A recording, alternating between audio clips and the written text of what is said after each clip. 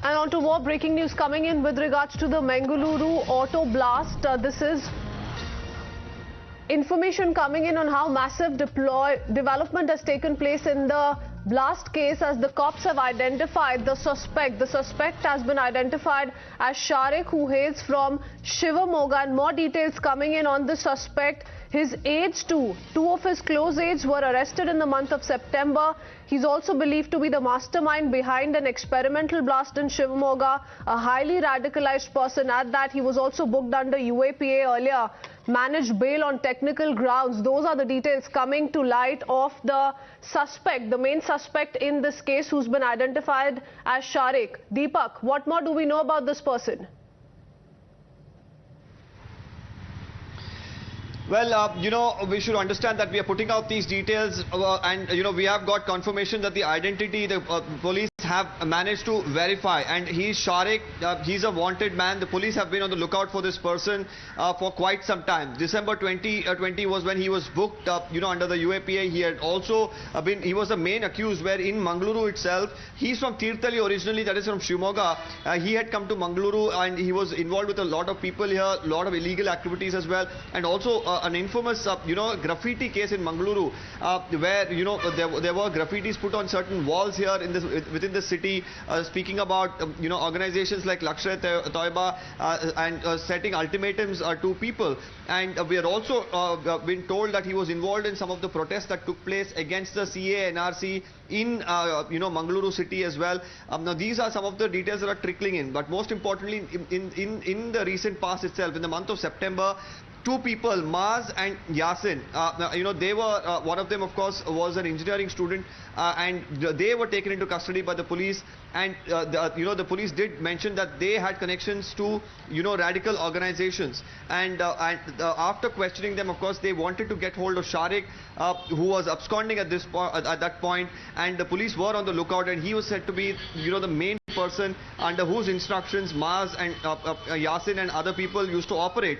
But right now his identity has been confirmed. He's of course right now hospitalized because he was the passenger traveling in the auto rickshaw, and the police of course will question him further once his condition improves. He has sustained injuries because of the blast, due to which of course the questioning is going on slowly, but because of all the details that they had gathered, including the evidence collected, they have managed to right now identify this man as Shariq, who was a wanted man.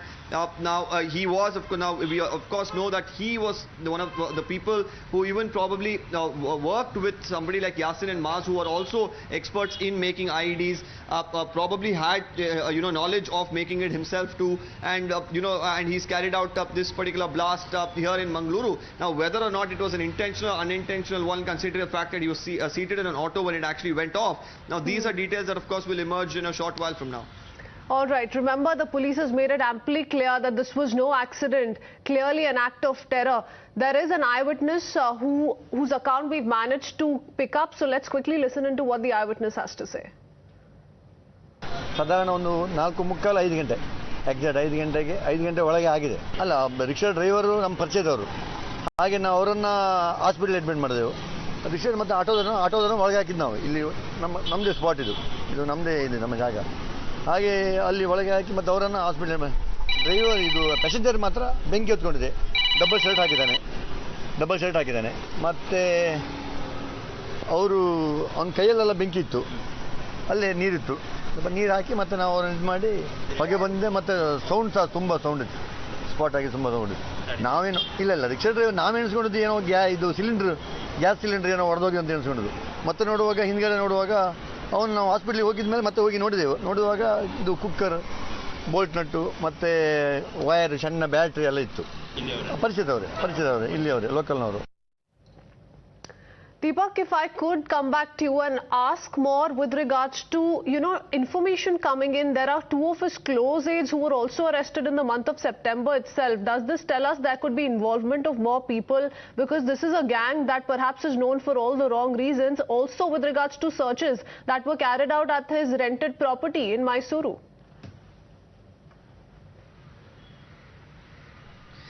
Well, at the rented property in Mysuru, bomb squads and FSL is already there. We believe there are some parts of the IED that have been recovered from there. But more importantly, some two people who were closely associated with him in the recent past, probably who are aware of this activity of his with regard to the IED and the explosion that he wanted to carry out.